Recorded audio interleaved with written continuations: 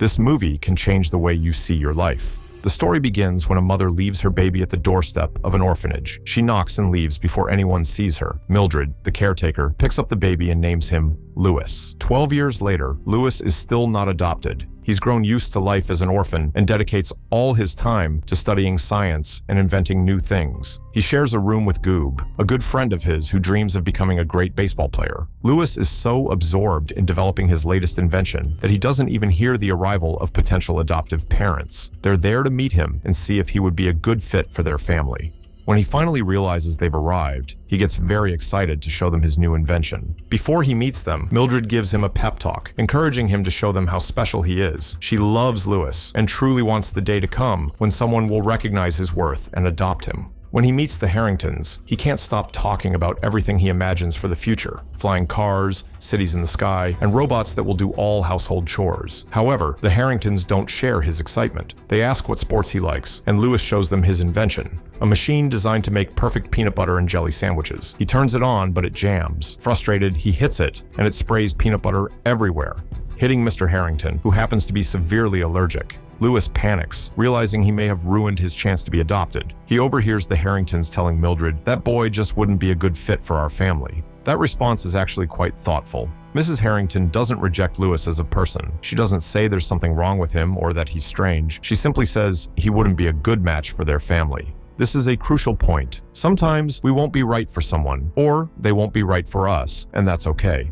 On the contrary, recognizing and honoring our essence is essential to finding people with whom we truly connect and feel seen. We all long to find people who value and love us, but often we confuse belonging with fitting in. These are two very different experiences. Fitting in is like squeezing into a puzzle piece. You may find a space, but to get there, you had to cut away parts of your true self to fit the expectations around you. You mold yourself into what others need you to be, at the cost of your authenticity. The problem with fitting in is that the deepest loneliness often comes from being surrounded by people who don't truly see or value your essence. Fitting in doesn't necessarily satisfy our need for connection. It can actually block it. Belonging, on the other hand, means being accepted just as you are, without having to change or hide parts of your identity. But belonging requires the courage to show up in the world without masks, to be true to who you are. And that's exactly what Lewis did. He showed up with full honesty. Instead of pretending he liked sports, he shared his passion for science.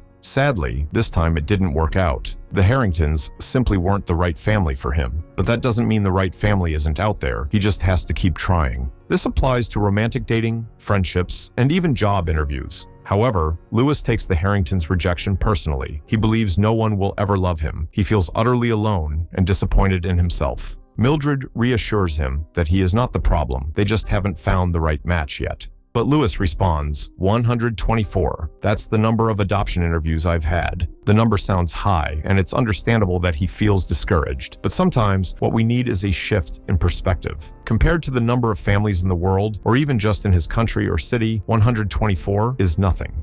In 2007, when the movie is set, it was estimated that there were between 1 and 2 million couples in the US waiting to adopt. If 124 families turned him down, that represents only about 0.01% of all potential families. Lewis's subjective experience makes him feel like everyone has rejected him, but if he steps outside his emotions and looks at it rationally, he could feel comforted knowing that there are still thousands of families he could connect with. Lewis is also worried because he'll turn 13 next year, and he knows how hard it is for teenagers to get adopted. He feels unwanted. Not even his own mother wanted him.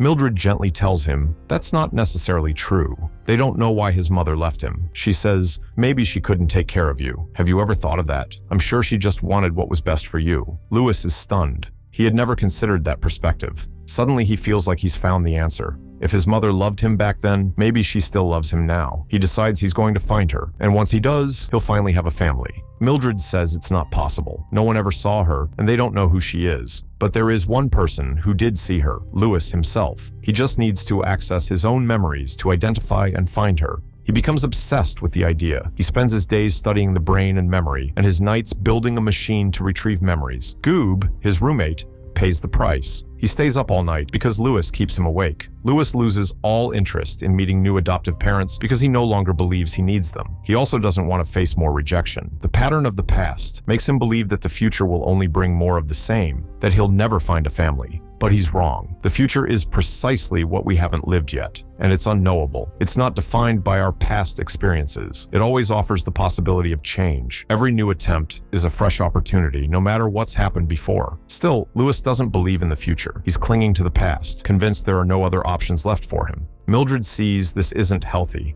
She tells him, "You have to let go of the past and keep moving forward." Remember this phrase. It's going to be very important later. But Lewis brushes off what she says and continues working on his machine to meet his mother. Finally, after months of work, his invention is ready for the science fair. That same day, Goob has a baseball game, but he's completely exhausted. He hasn't had a good night's sleep in months. Lewis arrives at the fair with his invention and is approached by a kid named Wilbur, who claims to be a secret agent from the future. He warns Lewis that a villain in a bowler hat is going to try to sabotage his invention. Lewis must protect his memory scanner. The future depends on it. Meanwhile, the villain is hiding on the other side of the gym, but the hat he's wearing isn't just any hat. It's a robot named Doris that has a mind of its own. Doris sneaks over to Lewis's invention and discreetly removes some screws. The time comes for Lewis to present his invention to the judges, Professor Wernstein, the coach, and the scientist Lucy. He introduces the memory scanner, a machine capable of accessing the deepest corners of the human mind. He powers up the machine, but it starts shaking. The turbine flies off, causing a series of disasters that leave the entire science fair in ruins. Lewis is devastated and runs out. Doris takes advantage of the opportunity to repair the memory scanner and hands it back to the bowler hat guy.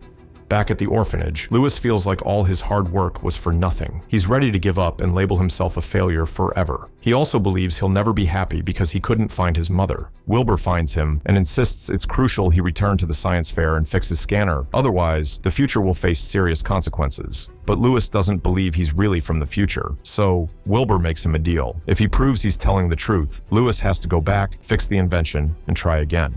When Lewis agrees, Wilbur shows him his time machine, and in seconds, they're traveling into the future, a fantastic world filled with flying cars, instant-build skyscrapers, transport bubbles, and high-tech homes. It's far more amazing than Lewis ever imagined. Wilbur tells him now that he's seen the future. It's time to go back and fix the memory scanner, but Lewis refuses. He doesn't understand why he should return to fix an invention when he could just use the time machine to meet his mother and stop her from ever giving him up. But doing that would ruin Wilbur's plans. He needs Lewis to fix the scanner. The two get into an argument and fight over the controls, causing the time machine to crash. Wilbur is terrified. His parents are going to be furious. There are only 2 time machines in the world. One is now wrecked, and the other was stolen by the bowler hat guy. Wilbur begs Lewis to fix the broken one. He knows Lewis can do it. Lewis agrees, but only if Wilbur promises to take him to see his mother afterward. They both accept and seal the deal. Meanwhile, the bowler hat guy sneaks into InventCo, one of the world's leading tech companies. He plans to present the stolen memory scanner as his own invention. He introduces it to the investors as the device that will change history, but he doesn't even know how to turn it on. The presentation is a total failure. He's about to give up, but Doris reminds him of their enemy. They can still destroy him. That enemy is none other than Lewis. They've traveled from the future with one mission: to ruin his destiny. Back in the future, Lewis is at Wilbur's house trying to repair the time machine. Wilbur tells him he has to wear a cap at all times. His hairstyle gives away that he's from the past, and no one can find out. Wilbur has a plan. Keep Lewis away from his family so no one recognizes him. Get him to fix the machine so he regains his confidence. Send him back to the science fair and help him succeed with his invention. All of this is essential to preserving the space-time continuum. If it doesn't work, there's a 99.999% chance Wilbur will cease to exist. Lewis is working when a transport tube suddenly sucks him into the garden. He lands in front of 2 very peculiar twin brothers, then meets Grandpa Bud, who wears his clothes backward and draws a happy face on the back of his head. Lewis also meets Billy and Gaston, who race homemade gadgets, Joe, who watches TV all day, Art, a pizza delivery guy, 2 artsy siblings, Fritz, who believes he's married to a puppet named Petunia, and Lucille, the energetic dancing grandma married to Bud. Every member of the Robinson family has a unique and quirky personality, but they all greet Lewis warmly and immediately include him in their lives. Finally, he meets Franny, Wilbur's mother, who loves teaching frogs to sing, and invites Lewis to join the band. Meanwhile, the bowler hat guy shows up at the orphanage looking for Lewis, but finds Goob instead, who's been beaten up by his teammates for falling asleep during the big game and costing them the win. The bowler hat guy looks at him with pity and says, "Everyone's going to tell you to let it go, but don't. Hold on to that grudge. Let it fester and boil inside you. Let hate guide you. Never forget." At the same time, Doris finds clues that Lewis has traveled to the future and heads there. Back in Wilbur's home, Lewis struggles to repair the time machine. He's nervous. It's all too complicated. Every time he doubts himself, Wilbur simply tells him, keep moving forward. Lewis asks what that means, and Wilbur explains it's his father's motto. Cornelius Robinson, the founder of Robinson Industries, the world's top research company and creator of all the inventions around them. Lewis is shocked. His father invented the time machine. Wilbur confirms and shows him all the prototypes his father built that didn't work. He failed 952 times, but he never gave up. Eventually, he succeeded and built both time machines, the broken one and the one stolen by the bowler hat guy. Lewis thinks he may have fixed the machine, but when they turn it on, it falls apart again. Wilbur tells him, keep moving forward, but Lewis won't listen. He's too deep in his sense of failure. They join the rest of the Robinsons for dinner, a cheerful and loving family despite all their quirks. Robot Carl brings out a peanut butter and jelly sandwich maker. Lewis is shocked. It looks just like the one he invented in the past. But like before, it gets jammed.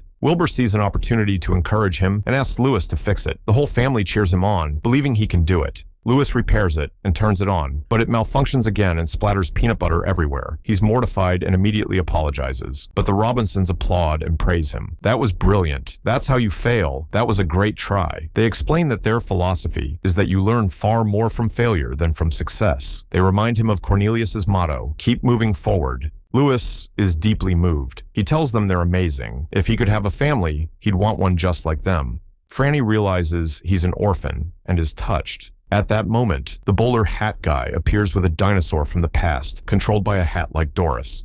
The dinosaur attacks, but the whole Robinson family comes together to protect Lewis. When they finally escape, Lewis is overwhelmed by how much they risked for him, but they tell him he's worth it. He's a very special kid. Franny makes a decision. She tells Lewis that they're the perfect family for him, and they would love for him to be part of it. She invites him to stay. The words Lewis had longed to hear. Not believing it, he asks, "You really want to adopt me?" And everyone nods. But just then, Wilbur knocks off his cap. Everyone is shocked to realize Lewis is from the past. They're heartbroken, knowing this means he can't stay. He has to go back to his own time. Lewis is crushed. He thought he'd finally found his family. He asks Wilbur to at least take him to see his mother as he promised. But Wilbur confesses that the promise was a lie. He never actually intended to take him. Lewis is completely devastated and runs off. Suddenly, he's approached by the bowler hat guy, who offers him a deal. If Lewis fixes the memory scanner and teaches him how to use it, he'll take him back to meet his mother. Lewis agrees and leaves with him. They arrive at a dark room in an abandoned building where Lewis repairs the machine.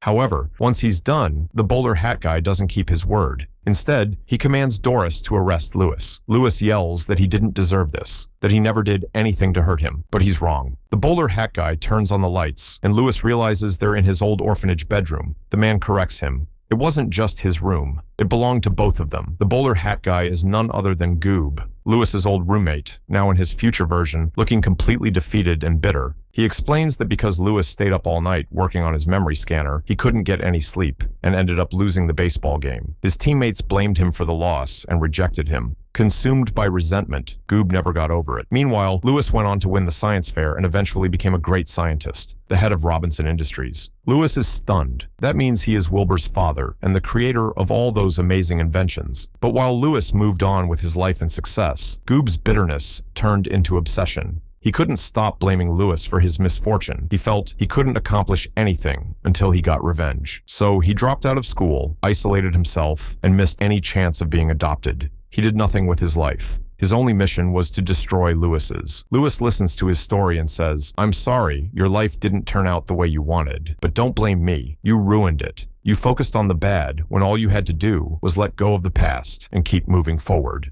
In that moment, Lewis finally understands the phrase Wilbur's father, his future self, always said, "Keep moving forward." Goob realizes he had two choices, to take responsibility for his life or to blame Lewis, and he chose to blame him. At this point, it's clear. The future version of Lewis, Cornelius Robinson, built an incredible life. He let go of his painful past, took charge of his future, and chose to walk toward it with purpose. Goob, on the other hand, never moved past what had happened to him. He clung to old pain and failures, and never built anything more for himself. Lewis and Goob are opposites. Cornelius represents who Lewis could become if he chooses to release the past and focus on what's ahead. Goob represents what Lewis could turn into if he remains stuck in resentment and unable to overcome his failures. By showing this contrast so vividly, The film asks us, which version do you want to be? The one who lets go and grows, or the one who clings to what hurt them and stays behind? Goob goes ahead with his plan to sabotage Lewis's future. With Doris, he sets off a chain of events meant to destroy everything Lewis has built, but Lewis fights back. He deactivates Doris and foils their plan. Instead of retaliating with anger, he explains to Goob that holding onto the past only keeps pain alive. Letting go of resentment and walking toward the future is the only way to become more than who you are and to find happiness. Now that his life is no longer defined by his past, Goob feels lost. He doesn't know what to do next.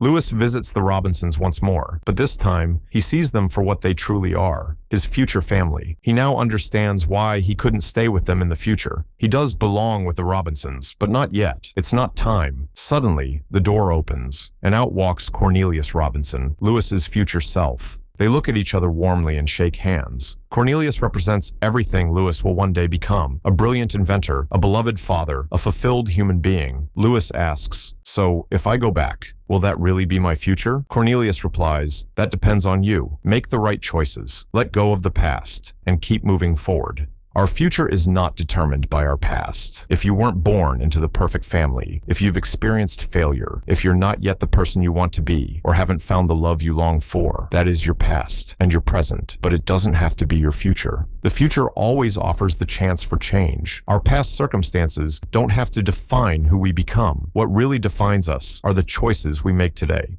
And the most important choice of all is to keep moving forward, to not let failure and rejection break us.